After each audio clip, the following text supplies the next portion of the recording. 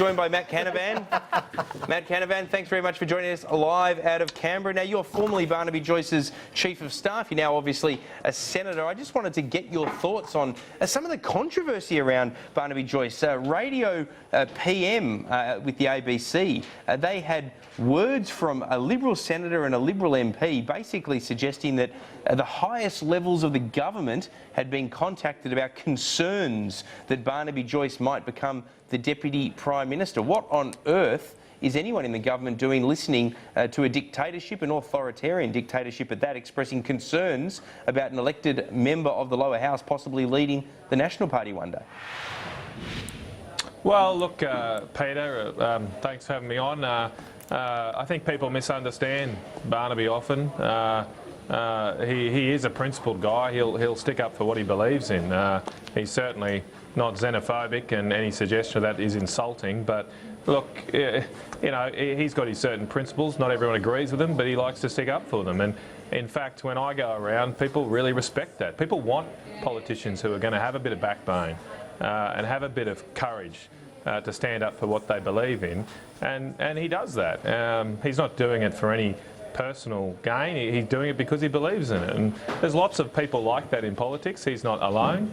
But what I really don't like are these politicians who like to go around giving unnamed comments to unsourced comments to journalists. I mean, they're the definition of the opposite. They lack all courage because they're not even willing to put their name to their comments. They're complete cowards. Look, I'm going to back you in on that, Matt, Senator. You're absolutely right. And the one thing I'm going to agree with you on is very humbled. You know where Barnaby Joyce stands, but should he really continue to stand in cabinet? Is this really a feasible possibility to continue on in the collegial cabinet system where you've got a clear disagreement between two cabinet ministers? And Barnaby didn't take the out the Prime Minister gave him. He stood there and said, "I am doing this as a cabinet minister." Well, it's not the first time there's been disagreements in cabinet, and but they tend to stay inside cabinet disagreements. But this wasn't a cabinet decision, Christina. It wasn't a cabinet decision. Well, did Barnaby Joyce even get the chance to participate in the decision? He hasn't given that side of the story. I haven't heard him really lay out the role that he played in this decision and if he thinks he should have played one. So back to you, Senator. I can't either, sorry. I can't either, Christina. I'm not involved in cabinet myself, but it's certainly not the first time there's been disagreements. As I was going to say, the coalition, we are two separate parties at times, and sometimes there'll be disagreements. I can't remember it. I wasn't born, but I know reading that Doug Anthony once stormed out of cabinet over the exchange rate and policies that were being adopted there. This happens from time to time. I think the Australian people. Well, I know the Australian people are mature enough to know that not everybody agrees with everybody all of the time. And you know, we should bring to politics our own viewpoints and argue forcefully for those. Sometimes those disagreements happen in public. I don't think this particular issue is of all of that great consequence that it's going to last much longer than this week. All right, well, we'll wait and see till next week. I do want to ask you about federation reform, as that's, you know, we've got a whole number of reform processes underway under the Abbott government. Federation reform is one of them.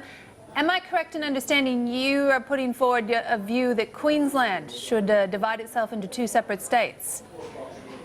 Yeah, and that view was confirmed, Christina, last week when Queensland whipped the Blues in the state of origin. I think we should have two states now because New South Wales, Senator. Against the United Queensland. So, but look, no, I am putting that forward. I'm based in Rockhampton. My office is there. It's about 600 or 700 k's from Brisbane. It's a long way from Brisbane, and sometimes there are issues in central Queensland that I just see no reason why the people of Brisbane and certainly the government of Brisbane should have a say over what we can do. So do you feel like you're not getting Cairns a fair... and Townsville likewise. You feel like you're not getting a fair look in by Brisbane, by the Queensland government, and even indeed by the federal government? Do you think you get a better shake from the federal government if Far North Queensland was its own state? Well, Well, I think a lot of the decisions are at the state level that impact on planning and approval processes, etc. But I do also make the point that at COAG, which is a very important institution in Australia, generally speaking, there's never a representative at COAG from a regional area. Almost always the premiers are from capital cities. They are at the moment, I think.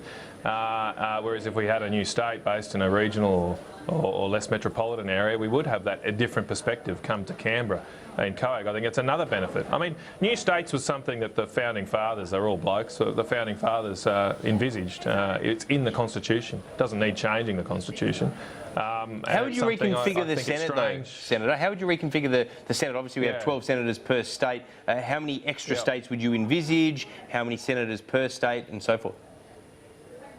Well, I mean, that's a lot of detail to work out. I'm trying to put this on the agenda. I think with the Senate, the probably appropriate time to do something like this or consider something like this would be when the House of Representatives increases sometimes in the future.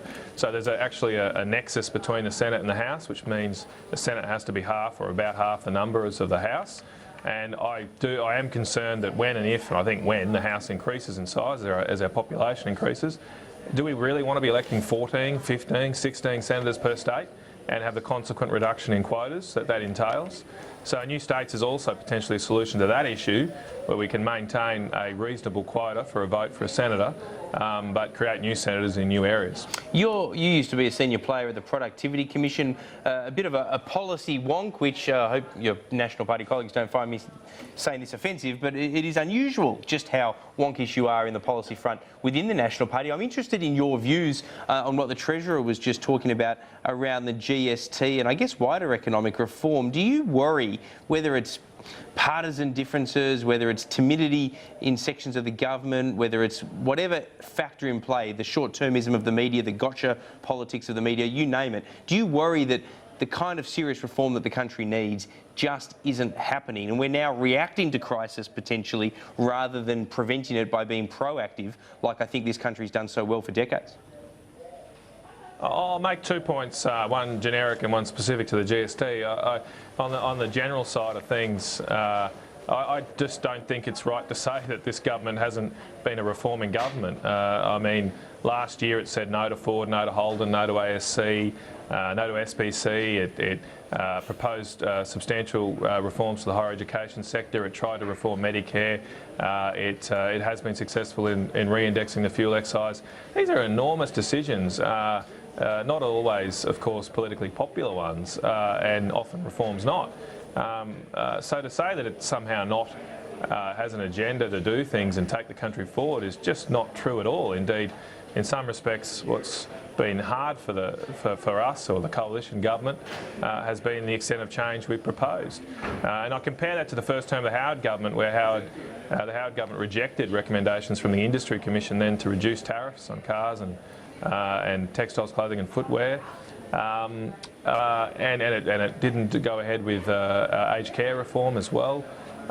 Sometimes we put on rose-coloured glasses and think Hawke, Keating, Howard, they're all these brave, courageous types, and they did do some really good things, but within that was always a political construct as well, which restrained them from doing certain things. One of the areas... On the GST...